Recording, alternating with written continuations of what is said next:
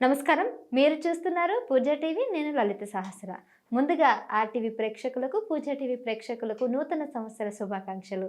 2026 సంవత్సరం మీరు ఖచ్చితంగా ఆనందంగా, అలాగే మీరు అనుకున్నవన్నీ కూడా విజయం సాధించాలని మా ఛానల్ తరఫున నేను కోరుకుంటున్నాం. అయితే 2026 సంవత్సరంలో ఎలా ఉండబోతుంది ఏంటి అనే ఉత్కంఠ మీలో కూడా ఉంది కదా!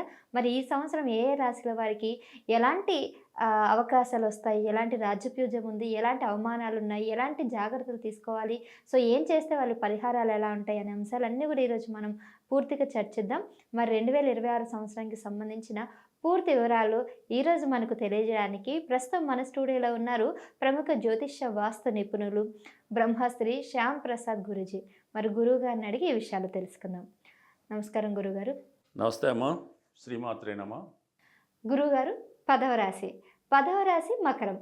మకర రాశి వారికి ఎట్లా ఉండబోతుంది? శని ఏ విధంగా ఉంది? వాళ్ళ గ్రహస్థితి ఎట్లా ఉండబోతుంది? శని సంచారం గురించి, లేదంటే వాళ్ళు చేయాల్సిన పూజా విధానం గురించి మా ప్రేక్షకుల కోసం కాస్త వివరించండి.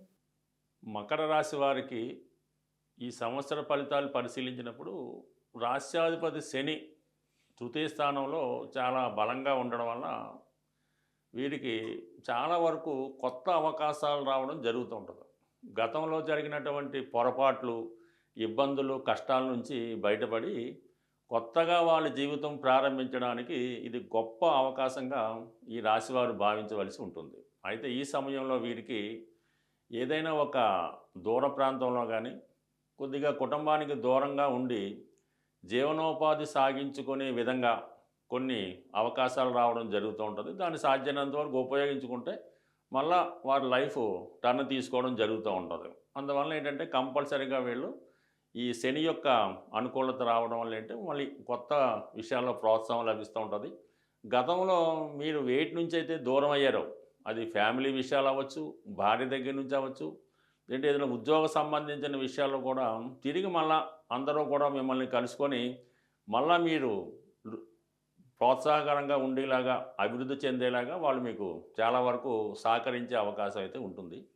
అయితే ఇక్కడ మళ్ళా రాహు మీకు ధనస్థానంలో, కుటుంబ స్థానంలో ఉండడం వల్ల ఇంకా కొంతమంది మిమ్మల్ని ఉపయోగించుకొని మీతో వాళ్ళు పనులు చేయించుకోవాలని, ఇంకా మీ దగ్గర ఎంతో కొంత ధనమో ఆస్తో మిగిలి ఉంటే దాన్ని హరించాలనే ప్రయత్నంలో ఇంకా మిమ్మల్ని పట్టుకొని వదలకుండా ఉండడం జరుగుతుంటుంది.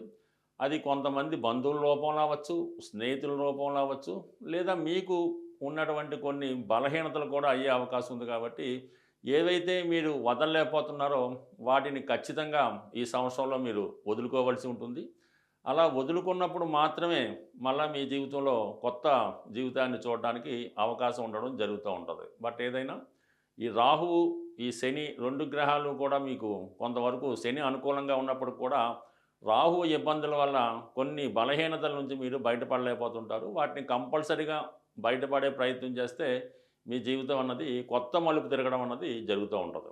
అయితే మరి ముఖ్యంగా ఈ గురువు గురువు ఈ సంవత్సరం ప్రారంభం నుంచి మే నెల ఆఖరి వరకు కూడా 6వ స్థానంలో సంచరించడం జరుగుతూ ఉంటుంది. ఇది ఒక విధంగా మీకు ఒక విపరీత రాజయోగాన్ని ఏర్పరచడం జరుగుతుంది. కాబట్టి చాలా వరకు ఏదైనా సమస్యల నుంచి, రుణాల నుంచి, శత్రువుల నుంచి, ఈవెన్ రోగాల నుంచి కూడా బయటపడడం జరుగుతూ ఉంటుంది. ఇది అంతర్గతంగా ఉన్నటువంటి మీ యొక్క బలహీనతలు కూడా కావచ్చు. వాటి నుంచి మీరు బయటపడే ప్రయత్నంలో చాలా వరకు సక్సెస్ అవుతుంది. మరి 6లో ఉన్నటువంటి ఈ గురువు అటు 10వ స్థానాన్ని, 2వ స్థానాన్ని యాక్టివేట్ చేయడం వల్ల ఉద్యోగపరంగా కొన్ని అనుకూలమైనటువంటి మార్పులు రావడం జరుగుతూ ఉంటుంది. అలాగే మీకు ఏదైనా కొత్త ఉద్యోగ ప్రయత్నం చేసినా, లేదంటే కొత్తగా ఒక వ్యాపారాన్ని స్టార్ట్ చేసే అవకాశాలు ఎక్కువగా మీకు రావడం జరుగుతూ ఉంటుంది. సో దాని తర్వాత ఏమవుతుందంటే జూన్ 1వ తారీఖు నుంచి ఈ గురువు 7వ స్థానంలోకి, ఉచ్చ స్థానంలోకి వచ్చి అక్కడ అక్టోబర్ నెలాఖరు వరకు ఉండడం జరుగుతూ ఉంటుంది. ఈ సమయంలో మీకు చాలా వరకు వివాహానికి సంబంధించిన విషయాల్లో ఏదన్నా మీ గతంలో మీరు ఏదైనా పెళ్లి ప్రయత్నాలు చేస్తున్నా, వివాహ సంబంధాలు చూస్తున్నా, ఈ జూన్ 1వ తారీఖు నుంచి ఈ అక్టోబర్ నెల మధ్యలో ఈ ఏదైనా వివాహం జరగడం కానీ, వివాహ ప్రయత్నాలు ఫలించడం కానీ జరిగే అవకాశం ఉంది. అలాగే గతంలో భార్యాభర్తల మధ్య ఉన్నటువంటి విభేదాలు, సమస్యలు, ఈవెన్ కోర్టు కేసులు ఉన్నా కూడా తిరిగి మళ్ళా వాటిని పరిష్కరించుకొని మళ్ళా జీవితంలో ఒకటయ్యే విధంగా మీకు ఈ భార్యాభర్తల మధ్య ఒక అండర్స్టాండింగ్ రావడం జరుగుతూ ఉంటుంది. అలాగే కొన్ని కొత్త అవకాశాలు కూడా ఈ సమయంలో మీకు రావడం జరుగుతుంటుంది. కొత్త పరిచయాలు అవ్వచ్చు, కొత్తగా స్నేహితుల రూపంలో రావచ్చు.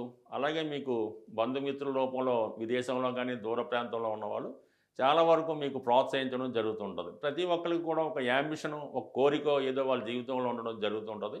ఈ సమయంలో మీ మనసులో ఉన్నటువంటి కోరికలు ఏవైనా ఉన్నా అవి కంపల్సరీగా నెరవేరే అవకాశం ఉంది. అలాగే ఈ సందర్భంలో పిల్లల విషయంలో ఖచ్చితంగా ఒక శుభవార్త వినడం కూడా జరుగుతూ ఉంటది. ఇవన్నీ కూడా అనుకూలంగా ఉన్నప్పుడు కూడా అనవసర విషయాల్లో కలగజేసుకోవడం వల్ల కొన్ని అవమానాలు, ఇబ్బందులు జరిగే అవకాశం ఉంది కాబట్టి సాధ్యమైనంత వరకు మకర రాశి వారు పూర్తిగా గతాన్ని విడిచిపెట్టి మళ్ళా కొత్త జీవితాన్ని ప్రారంభిస్తే ఇక్కడి నుంచి మళ్ళా జీవితం టర్న్ తీసుకొని కొత్త జీవితానికి, కొత్త అభివృద్ధికి కారణమవుతుంది. స్వస్తి.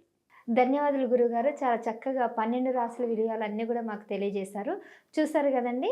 శ్యామ్ ప్రసాద్ గురుగారు చెప్పినట్టుగా మీరు ఖచ్చితంగా ఆ రాసుల వాళ్ళు చాలా జాగ్రత్తగా ఉండాలి. అటువంటి పరిహారాలు చేసినా, పూజలు చేసినా కూడా మీకు మంచి ఫలితాలు వస్తాయని అయితే చెప్తున్నారు.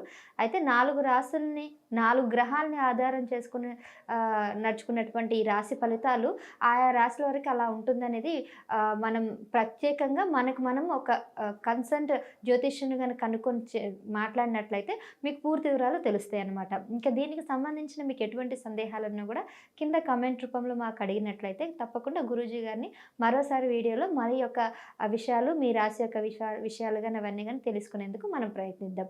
సో చూస్తూనే ఉండండి ఆ పూజ టీవీ. మీకు ఇంకా మరిన్ని విషయాలు త్వరలోనే వస్తూనే ఉంటాయి. నమస్కారం.